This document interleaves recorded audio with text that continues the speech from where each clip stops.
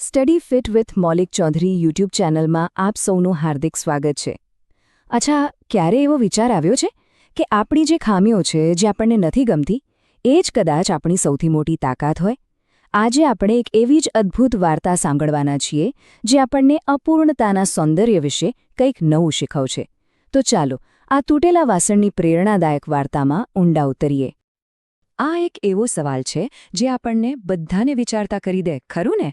શું આપણી કમજોરીઓ, જે આપણને ક્યારેક શરમ અનુભવાવે છે, તે જ આપણી સાચી ઓળખ અને શક્તિ હોઈ શકે? ચાલો, આ વાર્તા દ્વારા આ રહસ્યને ઉકેલવાનો પ્રયત્ન કરીએ.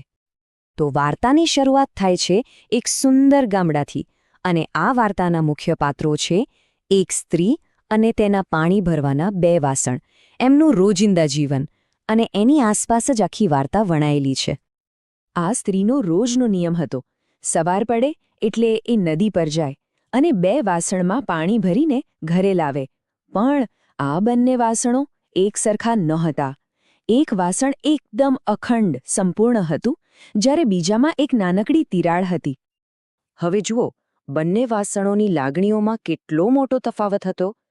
એક તરફ પેલું સંપૂર્ણ વાસણ, એને પોતાની જાત પર ખૂબ ગર્વ હતો. પણ બીજી તરફ પેલું તૂટેલું વાસણ, એ તો હંમેશા પોતાની અપૂર્ણતાના બોજ નીચે દબાયેલું રહેતું. એને બહુ દુઃખ થતું.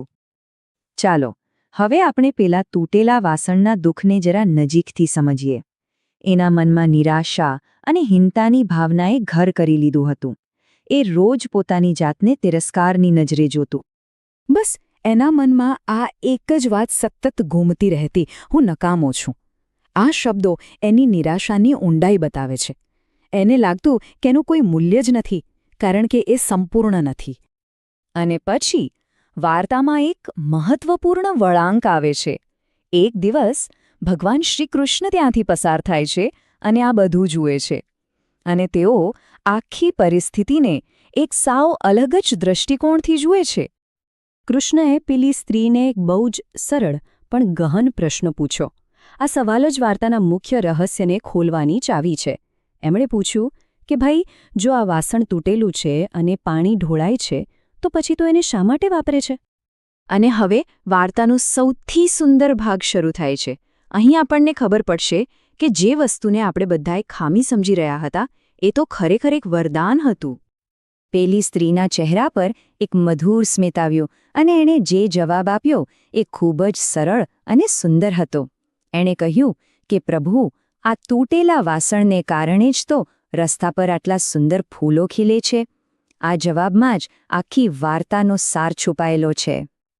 જરા વિચારો તો ખરા, એક ખામી, એક તિરાડ, અને એમાંથી જીવન પાંગરી રહ્યું હતું. જે તિરાડ દુઃખનું કારણ લાગતી હતી, એ જ તો સુંદરતા અને જીવંતતાનો સ્ત્રોત બની ગઈ. એટલે કે જે પાણી રસ્તા પર ઢોળાઈ જતું હતું ને, એ વેડફાઈ નહોતું રહ્યું. ના, એ જ પાણી રસ્તાની બાજુમાં ઉગેલા ફૂલોના છોડને સિંચી રહ્યું હતું અને તેમને જીવતા રાખી રહ્યું હતું. આ એક એવું સત્ય હતું જે પેલા તૂટેલા વાસણને ક્યારેય સમજાયું જ નહોતું. અને પછી શ્રીકૃષ્ણ પેલા તૂટેલા વાસણને પ્રેમથી સમજાવે છે.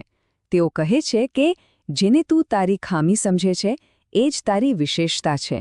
તારી આ અપૂર્ણતા પણ બીજાના જીવનમાં સુંદરતા ભરી રહી છે.